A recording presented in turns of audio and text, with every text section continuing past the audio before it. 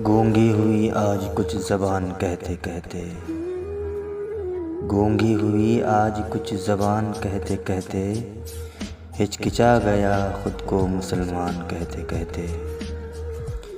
ये बात नहीं कि मुझको उस पर यकीन नहीं, ये बात नहीं कि मुझको उस पर यकीन नहीं, बस डर गया ख़ुद को साहिबे ईमान कहते कहते। तौफ़ीक़ ना हुई मुझको एक वक्त की नमाज की, तौफ़ीक़ ना हुई मुझको एक वक्त की नमाज की, और चुप हुआ मुअज़्ज़िन अज़ान कहते कहते। किसी काफिर ने जो पूछा है कौन सा महीना,